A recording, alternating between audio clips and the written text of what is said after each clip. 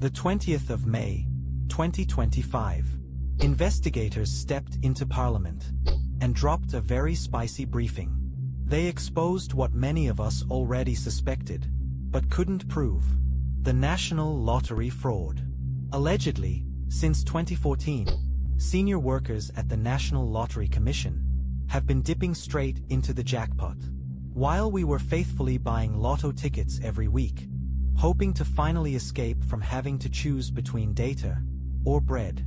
Meanwhile, these people were not trying their luck. They were collecting directly from the pot. They were running an efficient money-making machine. And with it, they all got filthy rich. Mansions with 10 bedrooms, German cars that can speak back, holiday homes in places with names we can't even read. They lived large. This was a syndicate. A syndicate made up of geniuses, people that can balance sheets. Classified.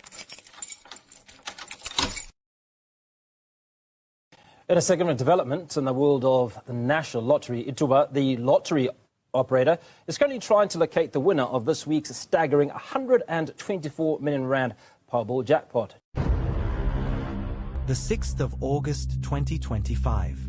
Someone scooped 124 million rands in the Powerball jackpot. The lotto operator went on to disclose that the winning ticket was bought via the Absa banking app. When most heard this, eyebrows were raised, and things started to get messy. Those with an eagle's eye and an elephant's memory pointed out something very suspicious. For the past 5 years, all victories came from FNB and Absa only. Apologies to my Capitec and Nedbank people, but probability is very slim. In 2022 alone, there were 11 wins via the FNB app and 4 via Absa. And shockingly, or not, between 2022 and August 2025, not one significant victory came from any other bank besides the two. So, maybe FNB and Absa are blessed by the lotto gods, and the rest of us are just funding someone's December holiday in Dubai.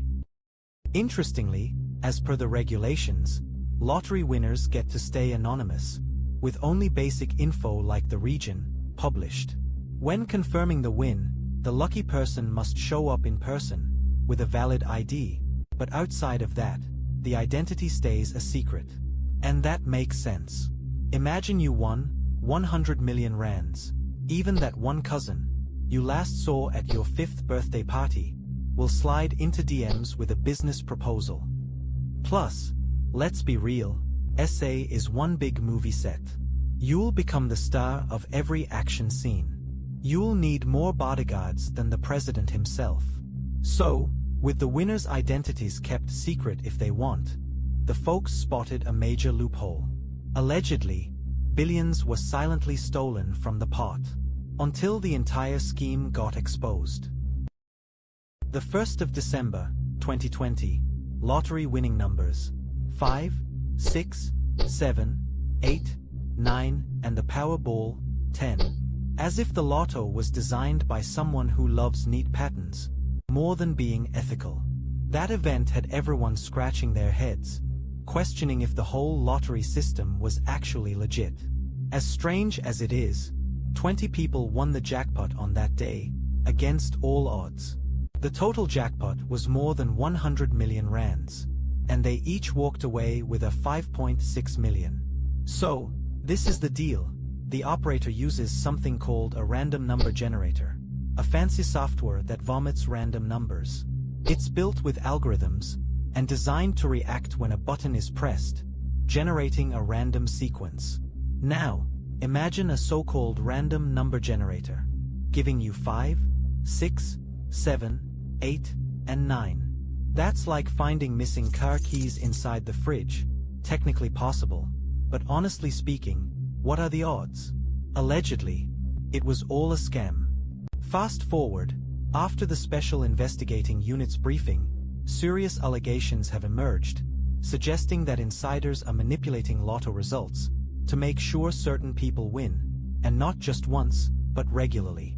Thanks to the law allowing jackpot winners to stay anonymous, a huge loophole, one that's made many officials in the operating company seriously rich. And it gets juicier. There are some multiple winners, people who hit the jackpot several times. But because of the secrecy, getting the names is almost impossible, unless something changes.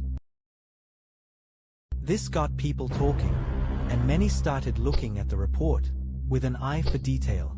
The findings suggest that the mess started in 2014. And this was the initial catch.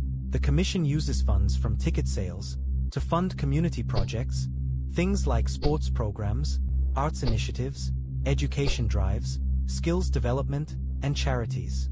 But no, these officials had other plans. Instead of helping the people, they helped themselves. According to the Special Investigating Unit, over $1 billion was stolen through this scheme. Before the stealing even began, the suspects allegedly went straight for the spine.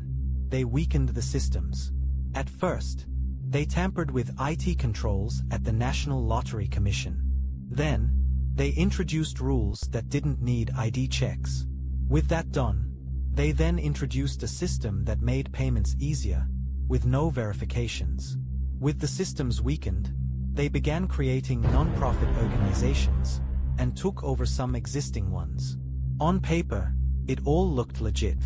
The weakened grant system didn't even bother to capture ID numbers, which meant one person could submit multiple applications under different non-profit organizations, like a kid sneaking into a buffet multiple times with different plates. After everything was set, the suspects started approving grants for the organizations. Once approved, funds were released very fast. The money was sometimes routed through third parties to make the money trail confusing.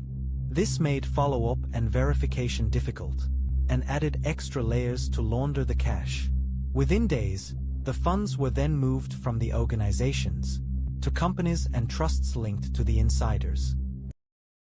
During the investigations, the SIU followed the money trail, and what they uncovered was jaw-dropping.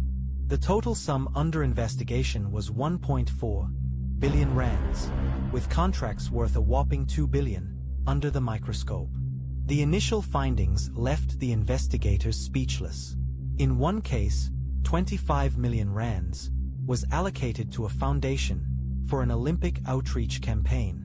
15 million rands was quietly funneled to a travel agency linked to the insiders, and 7 million rands ended up in another holding company, with several direct payments made to the legal manager.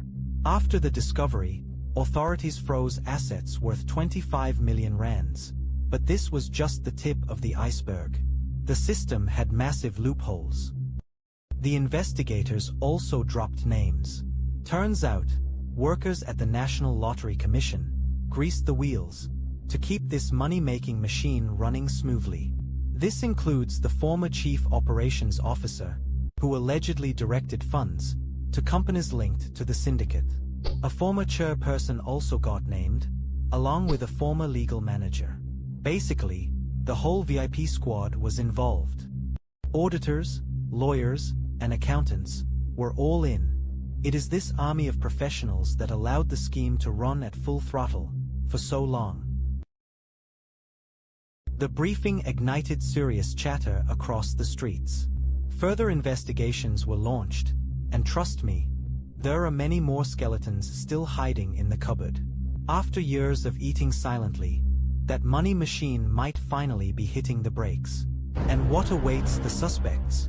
Populated prison cells, beds that look like they have been through World War III, food that even your dog would refuse, and not to forget, the infamous prison soap, patiently waiting to be dropped. We can all hope they get a taste of that luxury.